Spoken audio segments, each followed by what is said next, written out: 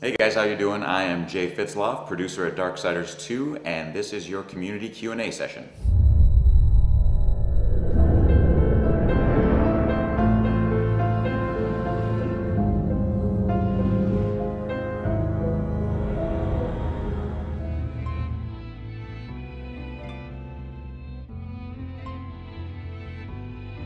So I think environment-wise for Darksiders 2, you're going to notice some big differences.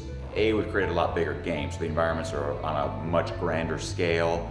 Also, since Death is much more agile and can climb higher, we've designed levels and environments that are a lot more vertical than the first game. But the biggest change that you're going to notice is since the first game took place on Earth and Darksiders 2 takes place not on Earth, the complete underworld, what this did for our team is let the chains go. They weren't bound by reality because, you know, when you're creating Earth, everybody knows what a building looks like, and you have to build that expectation. No one knows what these fantastic environments we're creating for the underworld look like, so it really let our art team go wild, and just whatever they could dream was fair game. And ultimately it's like whatever looked cool, that's what we went with. So you're gonna see a lot grander scale, a lot more variety, and just a lot of cooler places to explore.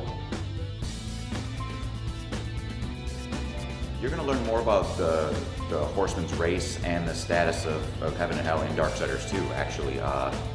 The race that War and Death are a part of, the Nephilim, that's a big story point in Darksiders 2. I'm trying to keep it kind of vague. I can't tell you too much, but trust me, like, you'll get very deep into the Horseman's history, their race, what happened, and the state of the union within Heaven and Hell with Darksiders 2.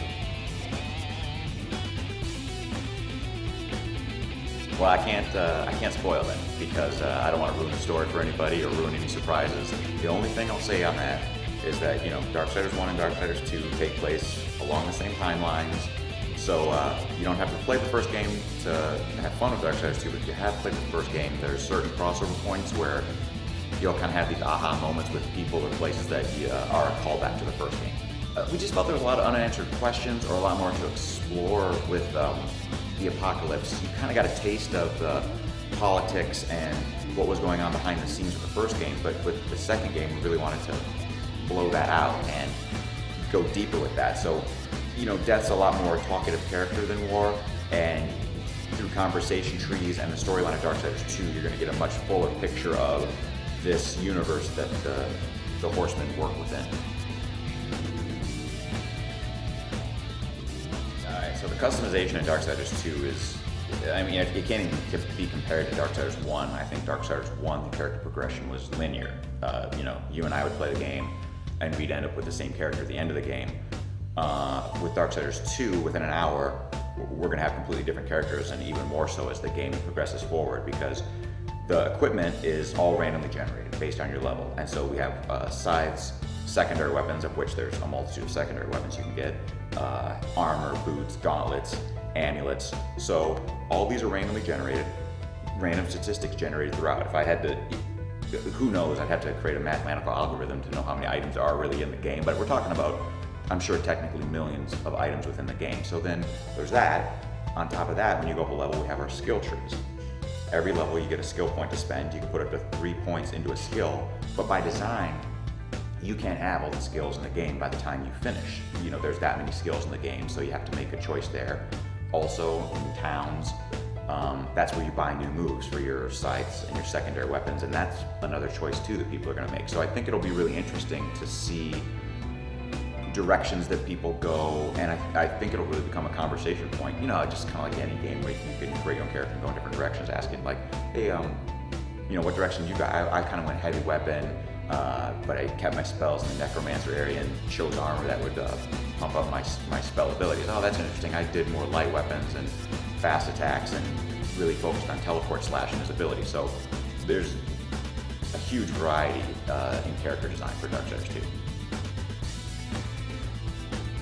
It's kind of a variation on that. I mean, technically, War was given Death's Scythe, and we don't want to retrofit that universe. So what actually happens is we figure, you know, Death has an arsenal of scythes. I mean, he's Death, why wouldn't he? So you'll see he uses dual sights throughout the game, and that's kind of his main go-to weapon, but there's a loot system now, so there's always new weapons, not just sights, but weapons and armor being dropped. So as a character, you'll always be trading out your sights for different upgraded versions as you play throughout the game. And then, but yes, in his Reaper form, Death does have his single go-to scythe, and Death's Reaper form is akin to War's Wrath form from the first game.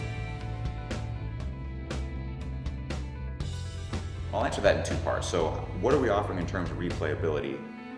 Kind of that question about the customization of Death. Obviously there's reason to go and play again because you're going to be able to find new loot, create a different character, go in a different direction.